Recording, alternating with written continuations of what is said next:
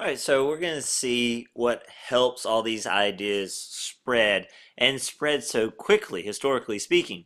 Right? One reason is there was a growth of publishing and literacy, particularly in the 1700s, throughout Europe and throughout the colonies, what would eventually become the United States. And because of this growth of publishing and literacy, right, literature will no longer target a small audience of the educated elite, but a much broader audience. So you're going to see books aimed at the general public. You're going to see the birth of newspapers. So all of a sudden, right, someone can have an idea and it be published and spread very quickly. And even if you couldn't read, there's a good chance you knew someone who could read. So maybe you would go down to the local pub or the local coffee house, right? And someone would read the newspaper to you, or the latest brief essay from Voltaire to you, or the latest writings of Rousseau to you. So even if you couldn't read, you probably knew someone who did. So all of a sudden, a lot more people have access to all these ideas because of the growth of literacy, because of the growth of publishing,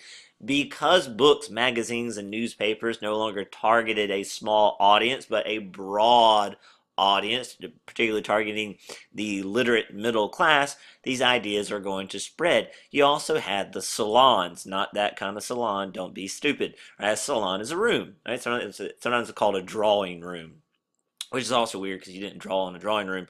Think of it as a formal living room, right? Where people would gather together to have a polite gathering, almost like a party, and to discuss the ideas of the Enlightenment. And this actually gave some women a lot of influence over the Enlightenment because it was the women who decided who was invited to their salon in their home.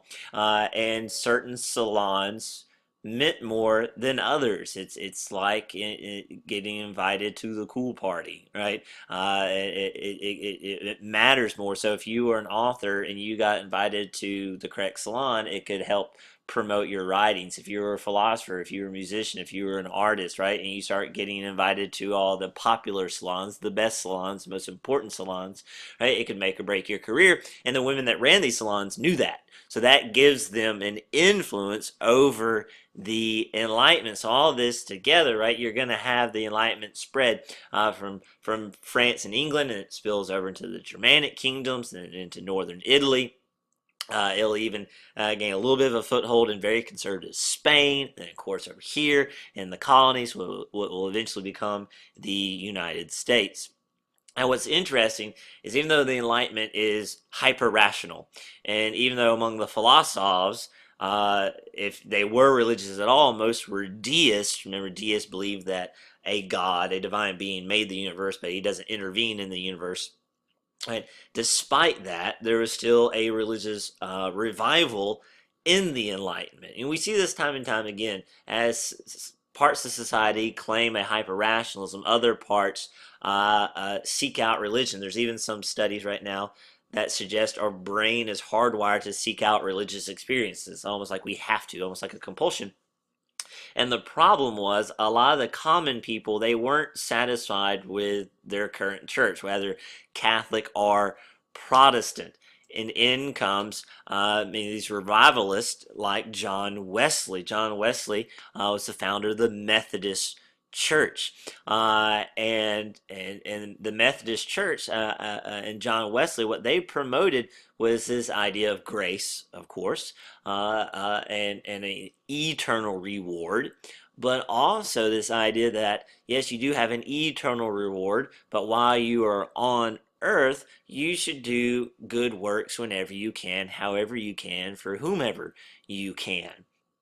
And this gave people a sense of purpose, even commoners, right? Because this was still a time where a lot of commoners didn't have real political power.